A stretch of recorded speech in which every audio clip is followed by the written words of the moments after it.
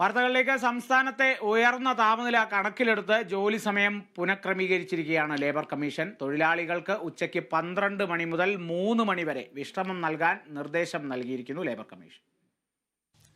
സംസ്ഥാനത്ത് ചൂട് കൂടുന്ന സാഹചര്യത്തിലാണ് തൊഴിലാളികൾക്ക് ഉച്ചയ്ക്ക് 12 മണി മുതൽ 3 മണി വരെ വിശ്രമം നൽകണമെന്ന് ലേബർ കമ്മീഷണർ നിർദ്ദേശം നൽകിയിരിക്കുന്നത്. തൊഴിലാളികൾക്ക് സൂര്യാഘാതം ഏൽക്കാനുള്ള സാഹചര്യം കണക്കിലെടുത്താണ് നടപടി. രാവിലെ 7-നും വൈകിട്ട് 7-നും ഇടയിൽ 8 മണിക്കൂറാക്കി ജോലി സമയം ക്രമീകരിക്കണമെന്നാണ് ലേബർ കമ്മീഷണർ നിർദ്ദേശിച്ചിരിക്കുന്നത്. ഫെബ്രുവരി 11 മുതൽ മെയ് 10 വരെയാണ് നിയന്ത്രണം ഏർപ്പെടുത്തിയിരിക്കുന്നത്.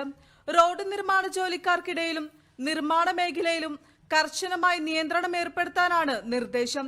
അതേസമയം ചൂട് കൂടുന്ന സാഹചര്യത്തിൽ പൊതുജനങ്ങൾക്കായി ജാഗ്രതാ നിർദ്ദേശങ്ങളും ദുരന്ത നിവാരണ അതോറിറ്റി പുറപ്പെടുവിച്ചിട്ടുണ്ട്.